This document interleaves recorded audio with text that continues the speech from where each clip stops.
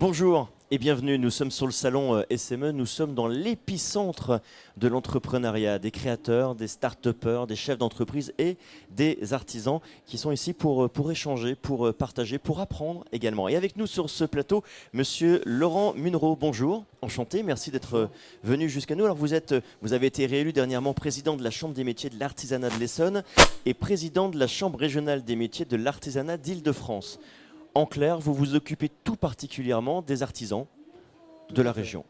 Et en face de vous, eh bien, nous avons l'immense plaisir de recevoir Hugo Sublet, qui lui va nous parler d'Elixia, qui a été créé en 1856 par Faustin Girardet. Et on parle de limonade. Et avec vous, nous verrons qu'on peut passer d'une entreprise familiale artisanale à un process un peu plus industriel et à une évolution. Monsieur Munro, aujourd'hui, il y a 193 000 entreprises artisanales en Île-de-France. Parmi elles, 6 000 appartiennent à l'artisanat d'art. Est-ce que l'on gère un entrepreneur artisan d'art différemment de n'importe quel autre artisan ? Non, d'abord, je tenais à dire qu'en plus d'être président de la chambre, des chambres de métiers, je suis moi-même artisan quand même, il faut le préciser. Parce que vous êtes prothésiste. Je ne crois pas que... Voilà, je suis prothésiste dentaire et j'ai un laboratoire en région Île-de-France. Non, il n'y a pas de différence. La différence, c'est le métier. Vous savez que l'artisanat, c'est 250 métiers avec plus de 510 activités différentes dans ces métiers. C'est quelques 250 métiers d'art en plus, avec des activités totalement différentes. On ne peut pas gérer différemment un artisan d'art d'un artisan. Après, ça dépend de la structure de son entreprise, ça dépend de l'accompagnement dont il a besoin, ça dépend de ce qu'il veut faire lui-même. Nous, la Chambre de métier, elle est là pour l'aider à créer son entreprise au départ et puis ensuite à la développer au fur et à mesure qui grossit, un peu comme monsieur Sublet qui est là. Très bien. Comment précisément vous accompagnez si je veux, moi, monter mon entreprise quels sont les accompagnements que je vais pouvoir avoir grâce à vous ? Alors déjà, une mine d'informations adaptée à l'artisanat. Parce que créer une entreprise dans l'artisanat, c'est pas non plus créer une entreprise dans d'autres secteurs d'activité. Adaptée parce que quelquefois, dans l'artisanat, on est lié à un métier. On a un savoir-faire. On a été salarié, par exemple, d'une entreprise et on veut s'installer à son compte. Mais s'installer à son compte, c'est pas être salarié à son compte. Il faut bien comprendre qu'on devient un chef d'entreprise.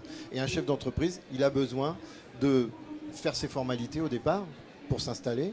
Il a besoin d'être accompagné par la Chambre de métier ou par d'autres organismes qu'on peut rencontrer ici dans ce salon qui est vraiment très important pour ça. Et puis, on peut l'aider ensuite à développer son entreprise. Les aides qu'on va avoir, c'est choisir sa forme juridique.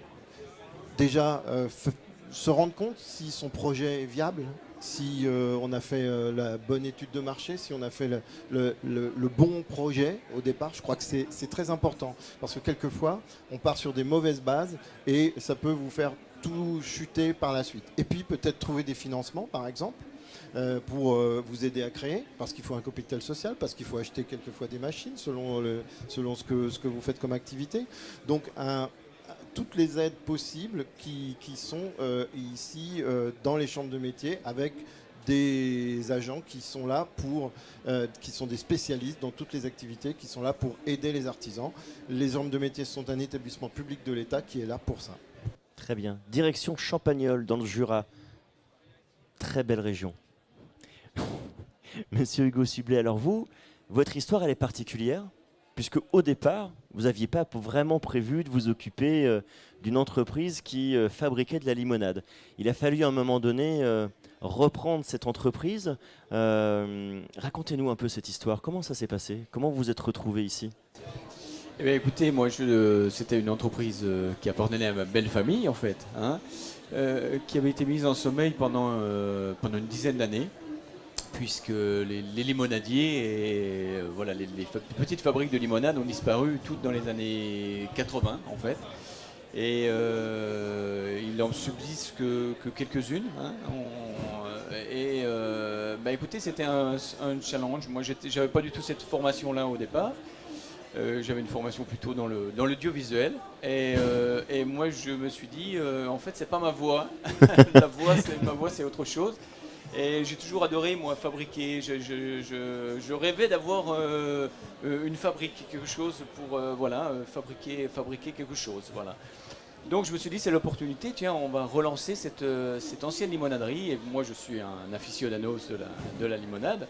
Et j'adorais boire de la bonne limonade quand j'étais tout petit. Et je me suis dit, on va relancer ça. On va essayer de relancer ça. Alors ça a été... donc j'ai relancé en 2002. Donc ça a été, j'avoue, quand même très très dur. Hein. On a été soutenu quand même au tout départ, parce que moi j'étais pas du tout dans la branche, je n'étais pas chef d'entreprise, donc Il a fallu apprendre. La chambre des métiers m'a aidé aussi, et par la Comment elle vous a aidé, cette chambre des métiers, très concrètement? Écoutez, ça s'est fait sur quoi? avec des stages, et des stages sur la gestion, des stages sur le management, des stages sur le... ils ont étudié un petit peu le projet, hein, savoir si le projet était viable ou pas viable. Voilà, donc on a eu un petit peu le pied à l'étrier quand même. Hein. Et puis après, tout ça s'est mis en place, on a relancé, ça a été très très dur les premières années, les 6 premières années ont été très très dures. Et après j'ai même failli arrêter parce que à un moment donné... Ça ne décollait pas, ça n'arrivait pas. Mon comptable m'a dit, écoute Hugo, qu'est-ce qu'on fait? Il faut peut-être être un peu raisonnable, il va falloir peut-être arrêter. Et écoutez, ça s'est passé comme ça. Dans les mois qui ont suivi, j'ai eu un gros marché à l'export en fait. Et je me souviens très bien, c'était en Asie, c'était un importateur à Séoul en fait, en Corée du Sud, et qui m'a passé une grosse commande en fait, parce que la limonade française était un peu à la mode, et voilà, ils adoraient un petit peu les produits gourmets français. Et c'est ce qui m'a fait que j'ai continué en fait. Voilà, je me suis dit allez, j'y vais. Et je résiste jusqu'au bout, je tiens. Et donc j'ai investi dans un bâtiment. L'année qui a suivi, j'ai investi dans du nouveau matériel. Et puis tout ça a fait que voilà, on a fait plusieurs salons internationaux. Et maintenant, Elixia est présente dans plus de 40 pays. Et sur les 5 continents, voilà, et on fait à peu près, on va faire un peu plus de 1 million de bouteilles cette année. Donc une très belle affaire finalement, alors qu'à un moment donné, on vous a dit que ça serait peut-être bien de s'arrêter. Exactement, oui. Et qu'est-ce qui vous a fait tenir précisément? Qu'est-ce qui vous a fait dire non, je n'abandonnerai pas? Écoutez, Parce que quand on se lève le matin et que votre banquier, votre comptable vous dit c'est pas toujours facile. Que se passe-t-il? Voilà, faut trouver le ressort derrière. Oui. Je sais pas, c'est ce que j'expliquais ce matin aux jeunes qui veulent se lancer. Il faut de la passion, de la persévérance, beaucoup de courage. Écouter ou pas écouter les gens. Vous voyez, mon comptable, je ne l'ai pas écouté. Donc voilà, je sais pas, c'est une histoire de chance, de travail. Peut-être que le mot, c'est le travail aussi. Hein. Voilà, j'ai beaucoup travaillé. Au départ, quand j'ai relancé la limonaderie, je travaillais seul. J'étais tout seul. Donc, et je suis resté tout seul pendant plusieurs années. Les gens... Combien de salariés aujourd'hui? Aujourd'hui, on est entre 6 et 10, parce que c'est une activité très saisonnière, ouais. La limonaderie, la production de limonade. Donc voilà, on est une entreprise qui se développe, et on a des belles perspectives, aussi bien sur le marché français que sur le marché international. Très bien. Merci beaucoup en tout cas, et bonne limonade. Monsieur Munro, comment on crée de la vocation notamment chez les jeunes générations, pour devenir artisan? Je sais que vous avez mis un certain nombre d'opérations en place, parcours découverte, la Biennale du Carrousel des métiers d'art et de création, qui se déroulera du 6 au 9 décembre. Comment on accompagne également cette volonté de vouloir créer? Comme vous le dites, en fait, il faut le faire savoir. C'est un peu la problématique de l'artisanat, c'est qu'il y a un vrai savoir-faire, mais on a du mal à faire savoir.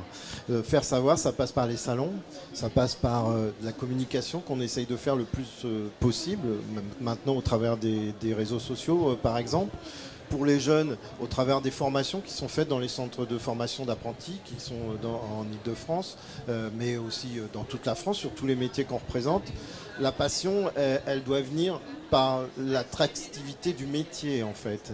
Les métiers sont tous différents et aujourd'hui on doit pouvoir démontrer ce qu'on peut faire avec ces métiers-là.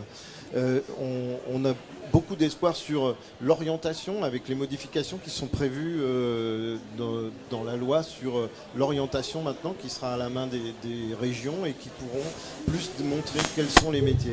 Et puis faire les salons comme le salon du Carrousel du Louvre, c'est montrer tous ces savoir-faire et peut-être Les mettre en avant. à quelqu'un de faire des bijoux, du mobilier, enfin de l'ébénisterie ou autre métier.